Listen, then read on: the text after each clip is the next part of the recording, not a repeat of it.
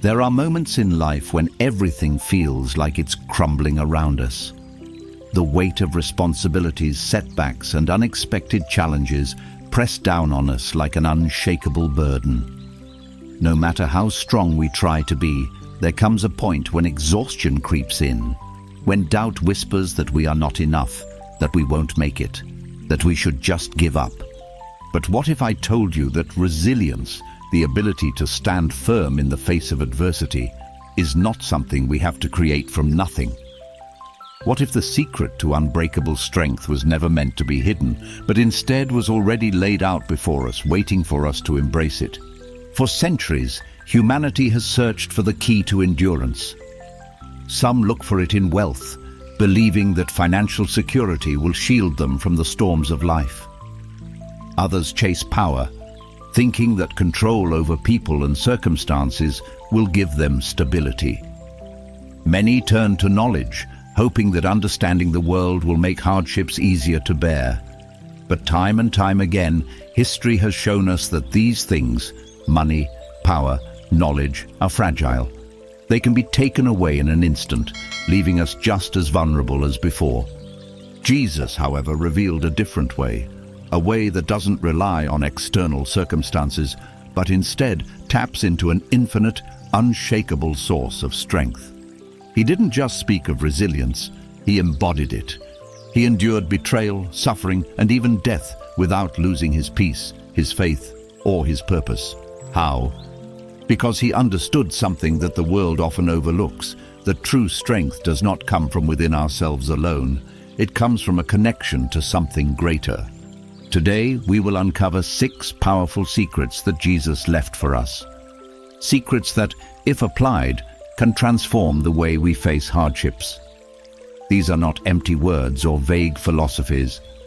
They are principles that Jesus demonstrated through his own life, principles that have helped countless people find peace in chaos, hope in despair, and courage in uncertainty. What if, right now, in this very moment, the struggles weighing you down could be seen in a new light? What if instead of feeling crushed, you discovered a foundation so strong that no hardship could shake you? The journey to unshakable resilience begins here. Let's step forward together and uncover the strength that has always been waiting for us. Completely. Imagine standing in the middle of a vast desert, alone, with nothing but the scorching sun above and endless dunes stretching in every direction. The air is dry, your throat is parched, and hunger gnaws at your stomach. Every step forward feels heavier than the last. There is no sign of water, no shelter, no way to know how much farther you must go. Now imagine that in this moment of desperation, a voice whispers, "Turn these stones into bread." A simple solution, an easy way out. But deep inside, you know something greater is at stake. Do you trust what your eyes see, the barren, empty wasteland? Or do you trust in something unseen, something far beyond this moment? This was the test Jesus faced in the wilderness. After fasting for 40 days and 40 nights, weakened and vulnerable, the enemy approached him with a tempting proposition. "If you are the Son of God, tell these stones to become bread." It was a challenge, an invitation to take control, to use divine power for immediate relief. But Jesus did not waver. His response was clear. "Man shall not live on bread alone, but on every word that comes from the mouth of God." Think about that for a moment. Jesus was hungry. He had the power to end his suffering in an instant. And yet, he chose to trust in something greater than physical nourishment. He chose to trust in God's provision. How often do we find ourselves in a similar place? Maybe it's not a physical desert, but an emotional or spiritual one. A season of waiting, of uncertainty, of hardship. We look for solutions. We grasp at quick fixes. We feel the temptation to take control. When faced with financial struggles, we may be tempted to compromise our integrity. When dealing with heartbreak, we may seek comfort in unhealthy distractions. When overwhelmed by anxiety, we may lean on our own understanding instead of seeking divine wisdom. But Jesus shows us a different path, a path that requires us to trust, even when the solution is not immediately visible. Trusting in God does not mean ignoring our problems or pretending they do not exist. It means surrendering our need for immediate answers and believing that God's plan is greater than our present circumstances. It means choosing faith over fear, even when everything around us suggests otherwise. Jesus' trust in God was not just a momentary act, it was a way of life. Throughout his ministry, he demonstrated this unwavering faith time and time again. When the storm raged around him and the disciples feared for their lives, Jesus remained calm. He knew that God was in control. When faced with opposition, betrayal, and even the shadow of death, he never doubted God's purpose. In John 6:38, Jesus declared, "For I have come down from heaven not to do my will, but to do the will of him who sent me." This statement is more than just words. It is a testament to his complete trust in God's plan, even when that plan led to suffering. And what about us? When we face storms, when we encounter trials, do we trust God, or do we panic, search for shortcuts, and try to control the outcome ourselves? Trusting in God means believing that he sees the bigger picture, even when we do not. It means understanding that his timing is perfect, even when we are impatient. It means knowing that he is faithful, even when circumstances seem unfair. There will always be moments when we are tempted to take matters into our own hands, but the strongest, most resilient people are those who surrender control and place their trust in the one who never fails. So ask yourself, what are you holding on to that you need to surrender? Where in your life are you relying on your own strength instead of trusting in God? Because true strength is not about how much we can handle on our own. It is about knowing when to let go, when to step aside, and when to trust that God is already making a way. The first secret to resilience is this: trust in God completely. In the desert, in the storm, in the unknown, because he is always in control. Without ceasing, picture this. It's the darkest night of your life. You are alone, standing beneath an olive tree, your heart pounding in your chest. The weight of what's coming presses down on you so heavily that even breathing feels like a struggle. You drop to your knees, sweat pouring from your brow, and in your agony, you whisper a desperate prayer. "Father, if you are willing, take this cup from me, yet not my will, but yours be done."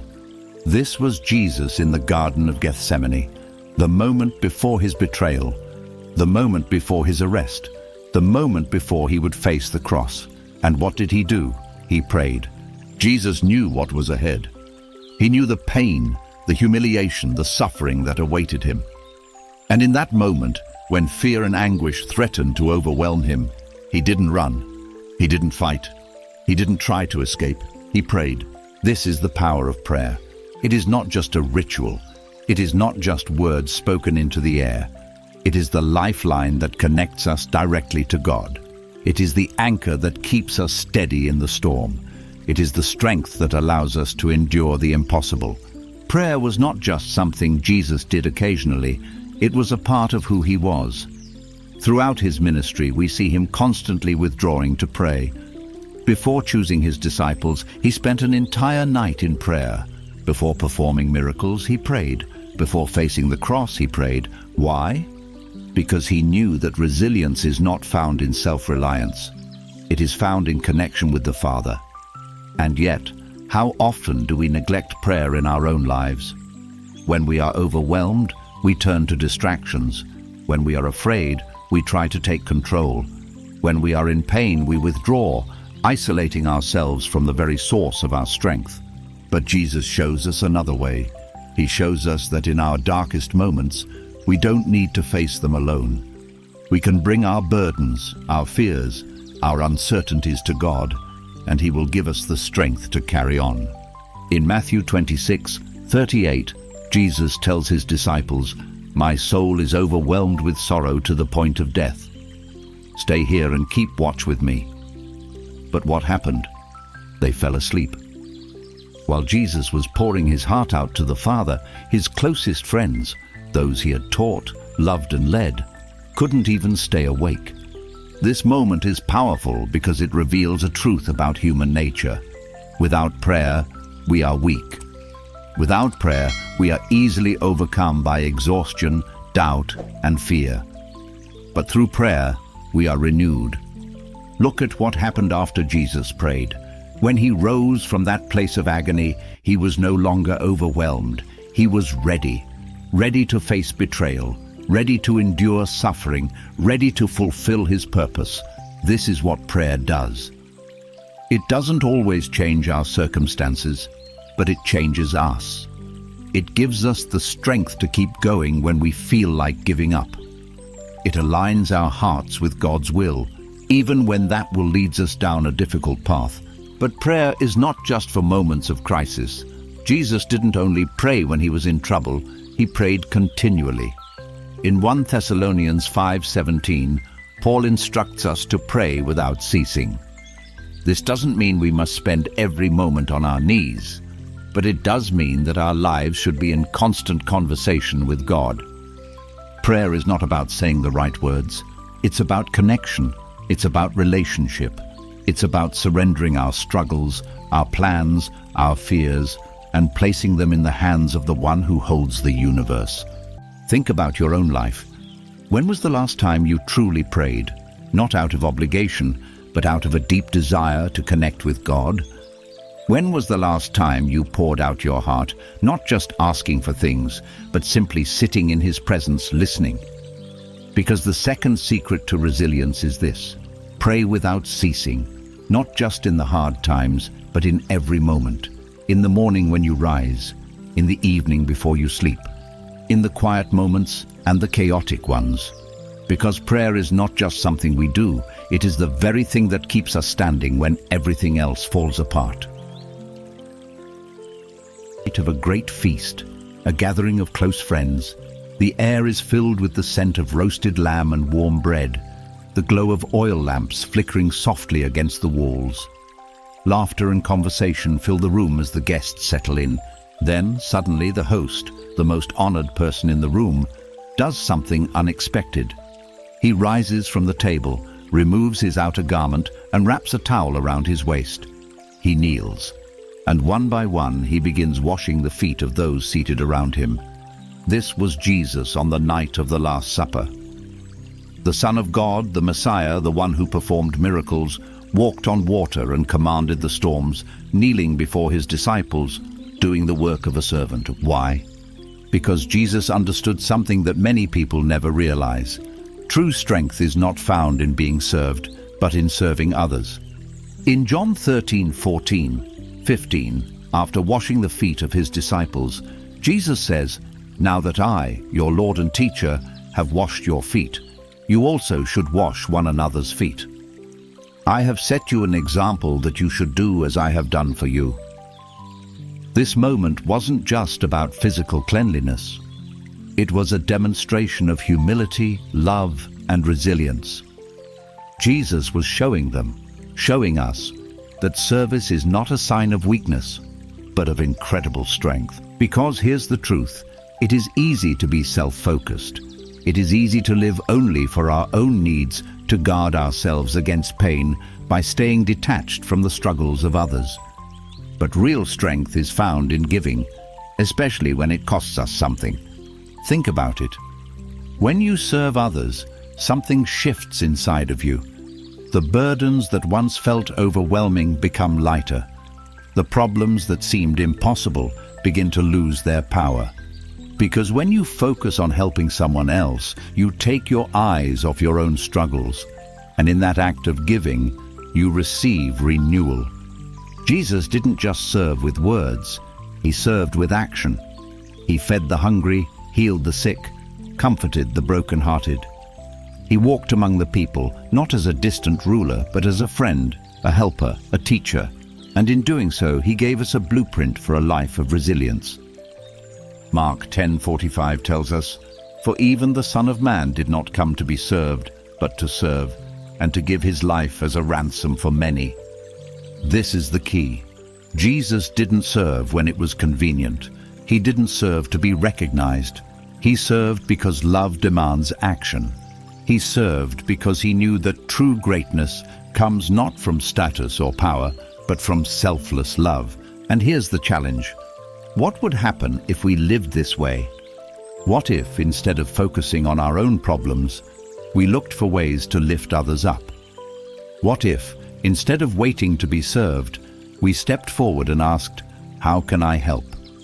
What if we chose to love, to give, to serve, not because we had to, but because we understood that this is where true strength lies? Serving others does not mean we neglect ourselves. It means that in our own struggles, we still choose kindness.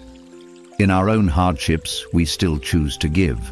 And in doing so, we find that the very act of serving strengthens us.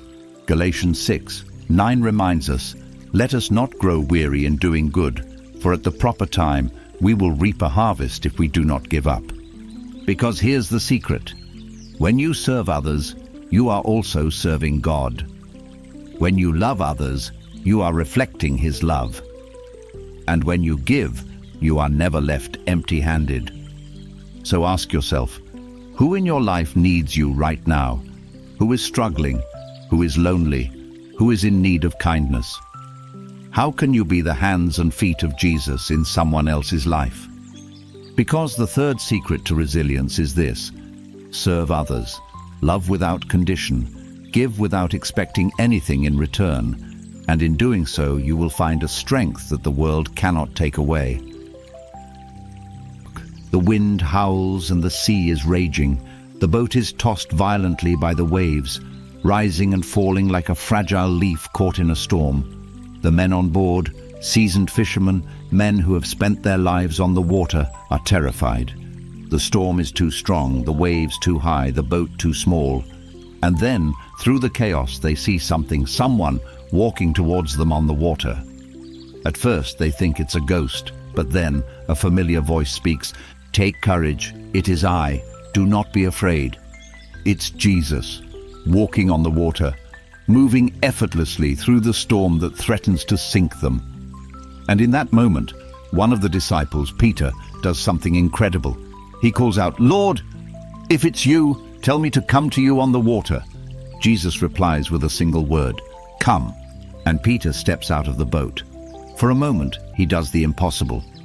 He walks on the water just as Jesus does. But then something changes. He notices the wind. He sees the waves. Fear grips his heart. And the moment he allows doubt to take hold, he begins to sink. "Lord, save me," he cries. Immediately, Jesus reaches out his hand, catches him and says, "You of little faith, why did you doubt?" This story, found in Matthew 14, is more than just a miraculous moment. It is a powerful lesson about faith in the storms of life. Because storms will come. The waves of uncertainty, fear and hardship will crash against us. There will be moments when we feel like we are sinking, like the weight of our struggles is too much to bear. And in those moments, we have two choices. We can focus on the storm, or we can focus on Jesus. Peter walked on water as long as his eyes were fixed on Jesus. But the moment he shifted his focus to the wind and waves, fear overtook him and he sank. How often do we do the same? When faced with difficulties, financial struggles, health issues, broken relationships, uncertainty about the future, do we keep our eyes on Jesus? Or do we fixate on the problem, letting fear consume us? Faith is not about pretending the storm doesn't exist. It's about knowing that the storm does not have the final say. Jesus never promised a life without hardship, but he did promise that we would never have to face it alone. In John 16:33, he tells us, "In this world you will have trouble, but take heart. I have overcome the world." Faith is choosing to believe that even when we don't see a way, God is making one. Think about the woman who had suffered from a bleeding condition for 12 years. She had spent everything she had on doctors, yet nothing had worked. But then she heard about Jesus, and she believed, she knew that if she could just touch the edge of his garment, she would be healed. She didn't need a long conversation.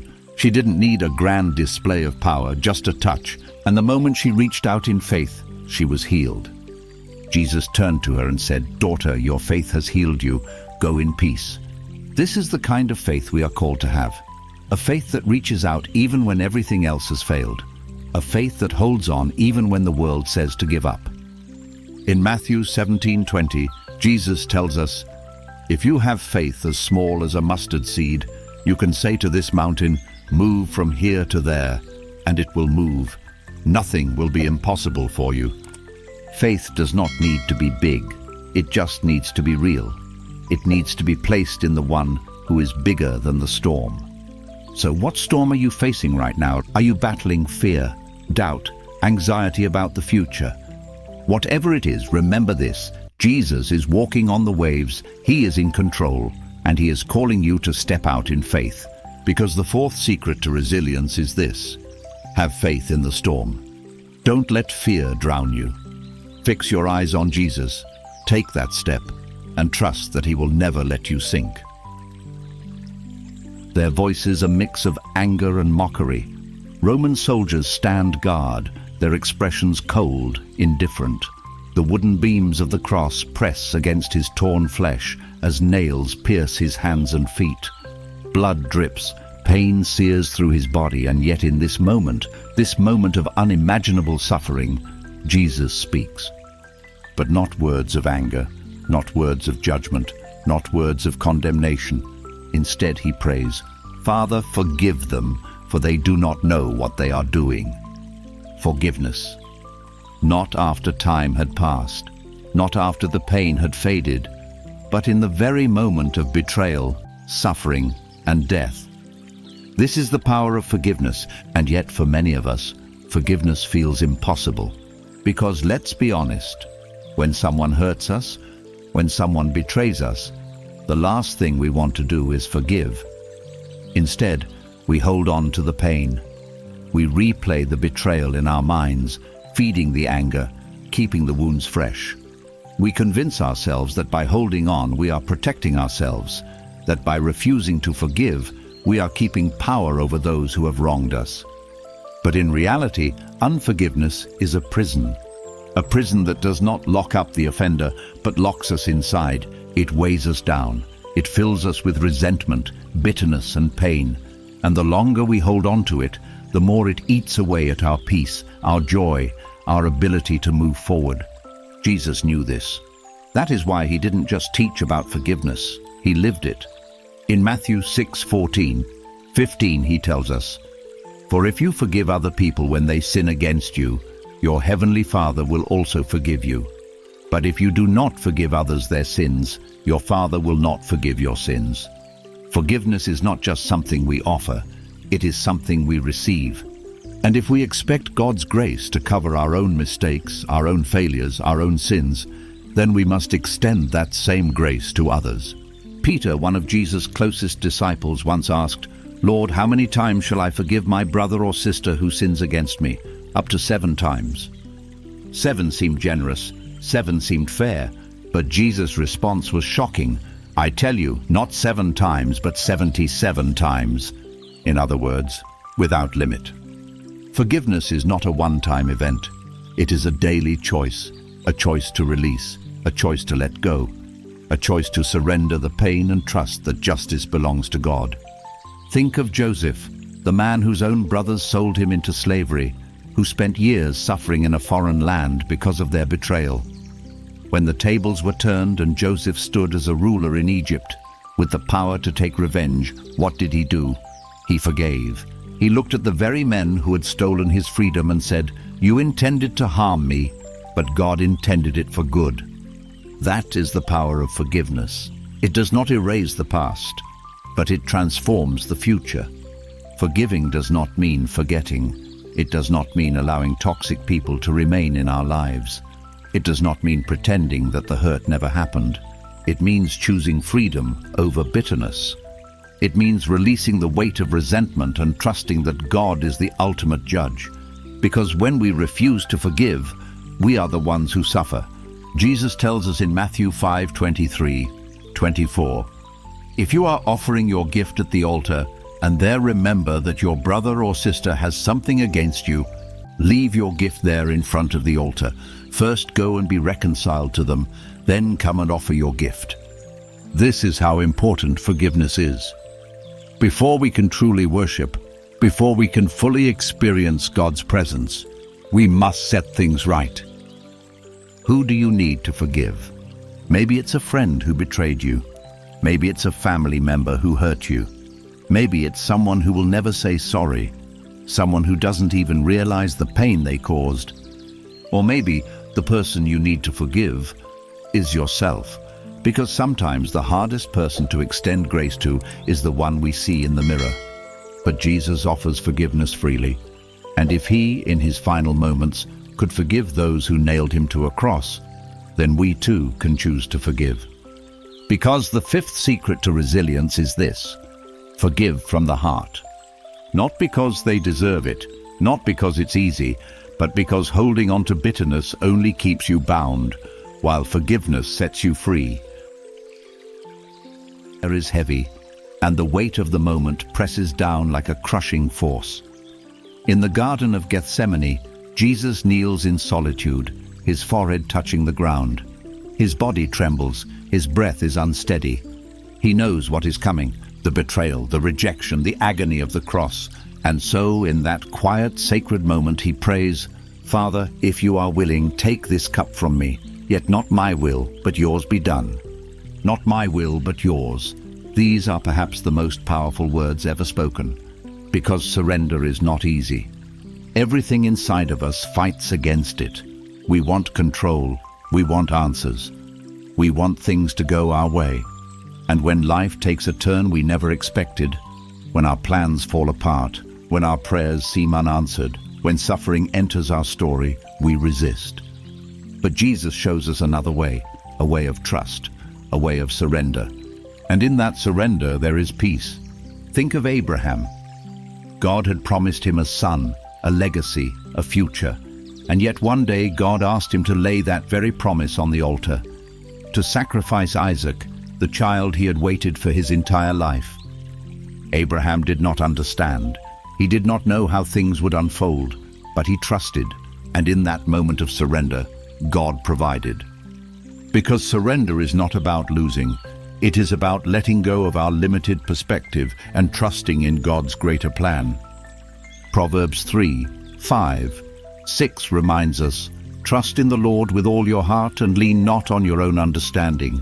In all your ways submit to him, and he will make your paths straight." This is the key. Surrendering to God's will does not mean giving up. It does not mean accepting defeat. It means believing that even when we cannot see the way forward, God is already there. Jesus did not go to the cross because he had no choice. He went because he trusted the Father's plan. He knew that the suffering of the moment would bring redemption for all, that what seemed like the darkest night would lead to the brightest victory, and the same is true in our lives. We all face moments where we must choose. Do we cling to our own understanding, or do we let go and trust that God's way is higher? Maybe it's a dream that hasn't come to pass. Maybe it's a prayer that has not yet been answered. Maybe it's a season of pain that seems to have no purpose. Whatever it is, God is asking one thing: will you trust me? Isaiah 55, 8, 9 says, "For my thoughts are not your thoughts, neither are your ways my ways, declares the Lord. As the heavens are higher than the earth, so are my ways higher than your ways, and my thoughts than your thoughts." We are not meant to have all the answers. We are simply called to trust. Think about Job. He lost everything: his family, his health, his wealth. He sat in ashes, covered in wounds, surrounded by voices telling him to curse God and give up. But Job held on. He did not understand why he was suffering, but he knew who his God was. And in the end, God restored him. Because when we surrender, we do not lose. We make way for God to do what only he can do. Jesus taught us this when he prayed, "Your kingdom come, your will be done, on earth as it is in heaven." This is the final secret to resilience, because the strongest people are not those who fight for control. They are those who release it, who trust, who surrender, who even in the hardest moments can say, "Not my will, but yours be done." And in that surrender, they find a strength the world cannot take away.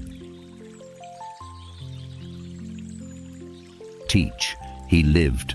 Trust in God, pray constantly, serve others, have faith in the storm, forgive freely, surrender to God's will. These are the pillars of true strength and resilience.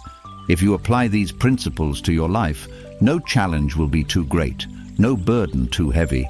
Remember, Jesus didn't promise an easy life, but he promised that through faith, we would find the strength to endure.